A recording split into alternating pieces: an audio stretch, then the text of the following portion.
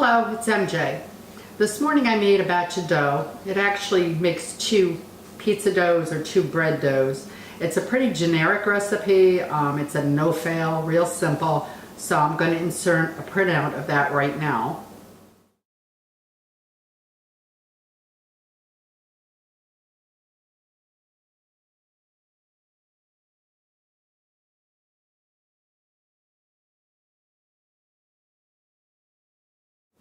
Okay, so I put it in the oven to rise. The oven was on off, but I turn the light on like this. I don't know if you can see that, but it just warms up the oven enough to give the dough a quick rise. After about an hour and a half, I punched it down. I let it rise again. There it is before I'm going to punch it down now. I did coat the bowl with just a little bit of olive oil because then the dough comes right out, leaving you a pretty easy dish to clean. I have another one over there.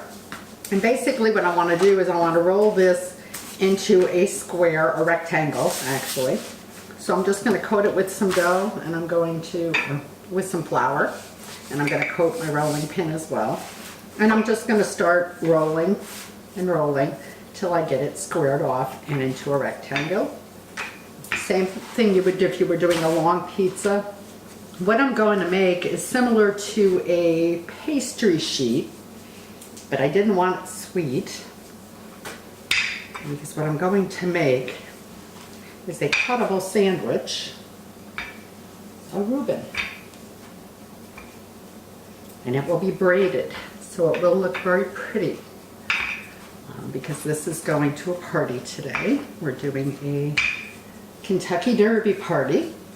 My hat didn't show up, so I also had to make a hat this morning, which fortunately, I had a feeling it wasn't going to get here on time, so it'll be next year's hat, but I did manage to make a cute little hat.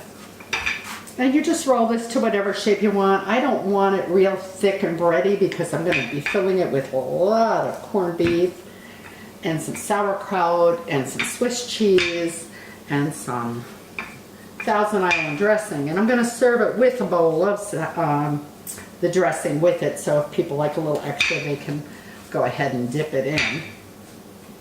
Okay, so that's pretty rectangle. Maybe a little longer on this side here.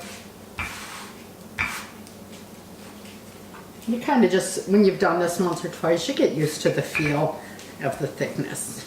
So I've pre-drained the sauerkraut for a couple of days, and then I squeezed it all out, and it looks like it's pretty dry because I didn't want the bread to get soggy, and it would be unappealing to have it look that way. One last roll. Okay, we're going to start with some dressing. And I'm only going to go down the middle, and you'll see why when we get to that step. Okay, that's plenty for now. As I said, I will be serving some on the side, so that's easy enough to do.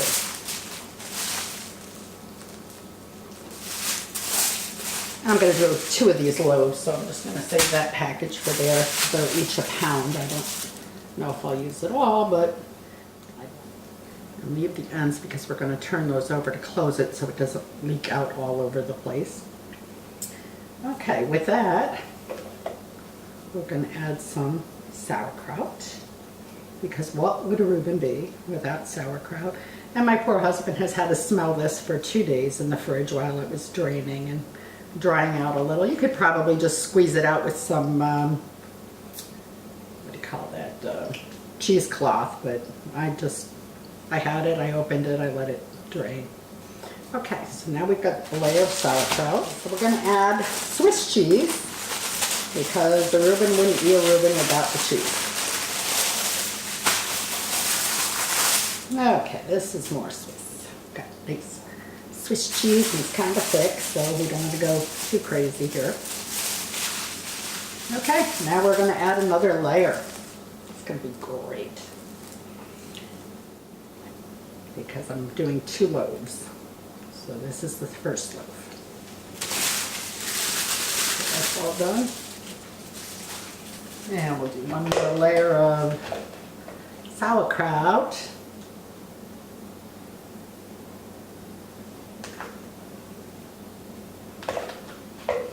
This was 2 cans of sauerkraut. I would normally do 1, but again, I am doing 2 loaves, so I doubled up on everything. The dough I always make in 2. Sometimes I double it up and make 4 because it freezes so beautifully. And after that first rise, you just take it and put it into a Ziploc bag, throw it in your freezer, and it's perfect when you want to have a pizza.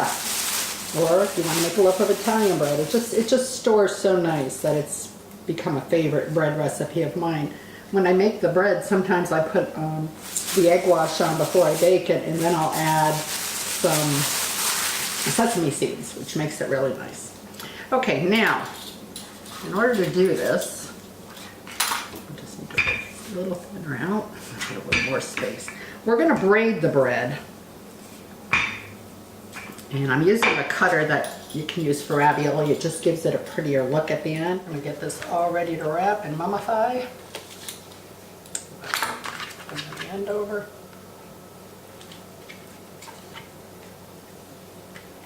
And cut it.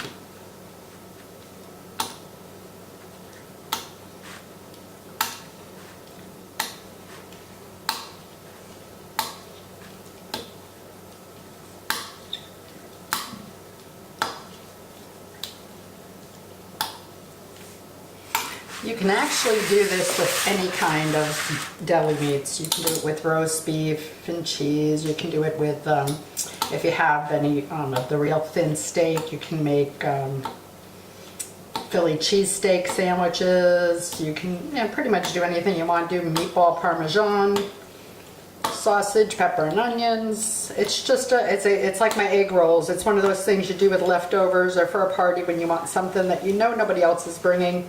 This usually is a good bet. So we'll start the wrap.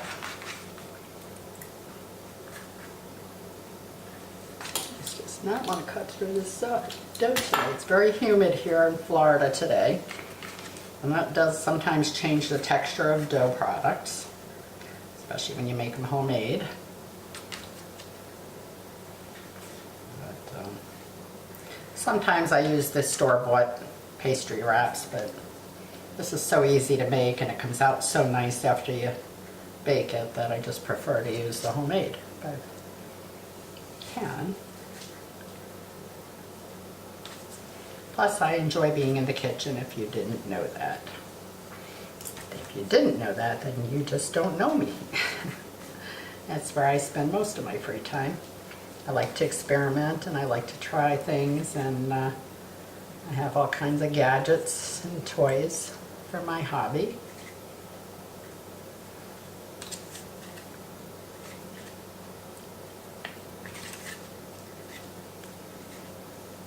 Yeah, look at that. I'm going to have an uneven amount because I didn't measure when I cut, but that doesn't really matter because we'll just make another cut there.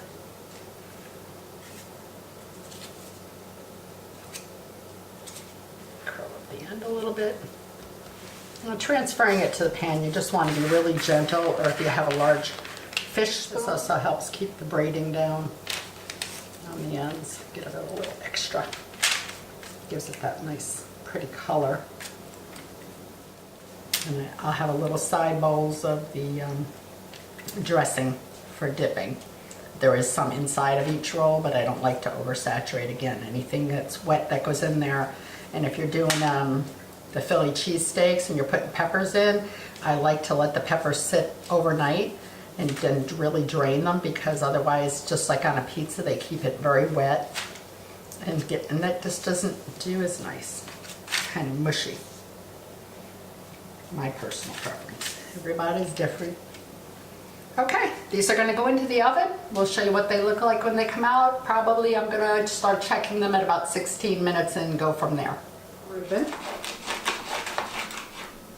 And we'll serve it with the side of dressing, even though there's a little on there already. And we'll be off to the Kentucky Derby party in just a moment. This is a great bring-along dish. And I got a feeling it might be a little popular for today. And hope you enjoyed the Derby and picked the winner. Have a great day.